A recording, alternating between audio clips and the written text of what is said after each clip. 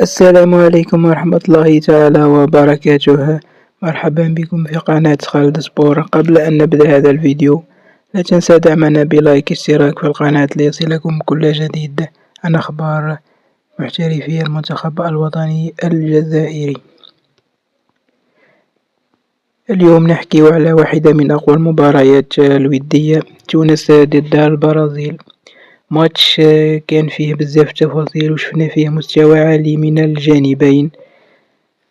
شفنا البداية كانت قوية بزاف من المنتخب البرازيلي كالعادة، ضغط عالي، سرعة في اللعب، وكذلك تحكم في الكرة. النجوم تاع السامبا استغلوا المساحات وحاولوا يخلقوا الفرص من الأطراف ومن العمق كما شفنا، لكن المنتخب التونسي ما كانش سهل، بالعكس دخلوا بروح قتالية كبيرة خصوصا في وسط الميدان وين قدروا يقطعوا بزاف كرات ويخرجوا بهجمات مضادة خطيرة. تونس كانت مركزة على الدفاع المنظم كما شفنا وغلق الممرات مع الاعتماد على الهجمات السريعة، وكان ممكن يسجلوا لولا تسرع بعض اللاعبين في اللمسات الأخيرة. في تونس أداء قوي دفاعيا، تدخلات في المستوى وقتالية كبيرة. في البرازيل المهارات الفردية راهي فرقت وسرعت اللعب صعبت مهمة الدفاع التونسي.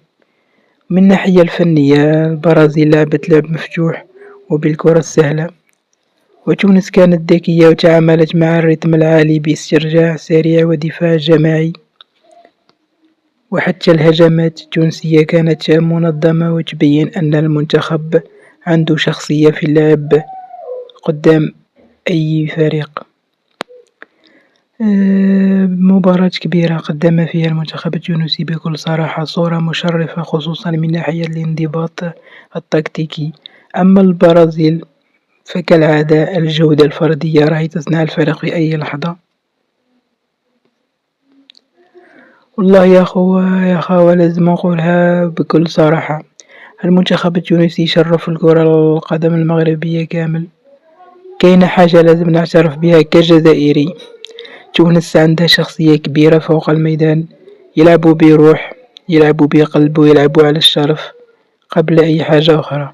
وكل ما يدخل المنتخب التونسي لأي مباراة صغيرة ولا كبيرة ديما نشوفوا عندهم العقلية التنظيم والانضباط. برافو عليهم قدام البرازيل وما تراجعوش، ما خافوش، وقفوا الند للند، وهذه قوة ماشي أي منتخب يقدر يديرها. احنا كجزائريين فرحانين نشوفوا منتخب شقيق بهذا المستوى، بالخصوص ضد منتخب أوروبي مثل البرازيل. تونس دايما تبرهن باللي الكرة ماشي غير أسماء، الكرة رجل تكتيك وقلب، وتونس عندها هذا الشي كامل. تحية كبيرة للشعب التونسي واللاعبين تاع المنتخب، وإن شاء الله ديما رافعين راية بلادكم وراية المغرب العربي كامل، وكيما نقولوا نربحوا كامل ولا نخسروا كامل، المهم نبقاو خاوة. هكذا خوتي، إذا عجبكم الفيديو ما تنساوش تشاركونا في قناة جديدة إن شاء الله، راح نحاولوا نطوروا ونقدموا الأفضل، وكذلك ملخصات كرة القدم إن شاء الله بحول الله. وسلام.